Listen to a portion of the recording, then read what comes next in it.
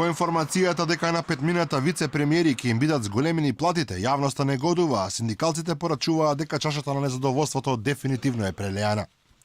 Со измените на законот за плата на избрани и именувани лица кои владата ги достави до собранието, коефициентот за утврдување плата на заменик председател на владата ќе се пресметува со 4 наместо 3,70. Поедноставено ова значи дека вице-премиерите Хазбил Лика, Кочо Ангјушев, Бујар Османи, Радмила Шекеринска и Оливер Спасовски ќе добиваат по 8.000 повеќе секој месец, додека платите на сите вработени во јавниот сектор или стагнираат или се зголемуваат незначително. Укажуваме на лошите состојби во јавниот сектор, каде што е крајно политизиран, каде што имаме партиски вработувања, и еве дојдовме и до ситуација каде што платите ни дојдаа на рамниште на социјална категорија.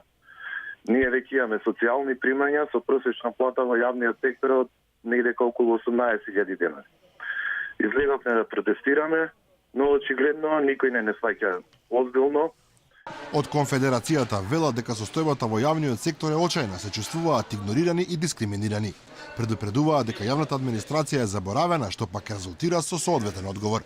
Ние преземавме, веќе најавивме и втор протест кој ќе се одржи во јануари, значи ќе биде во Штип, ќе има и трет и четврт, значи најавивме дека можно и да се радикализираме до таму што во текот на следната година можно и да најавиме генерален штрајк во јавниот сектор.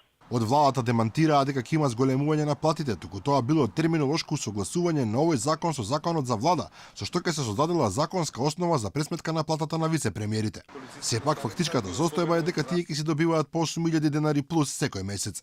Истовремено работниците во комунална хигиена во Скопје одвај добија покачување од 5%, што со оглед на нивните плати е минорно во споредба со терминолошкото усогласување за вице-премиерите.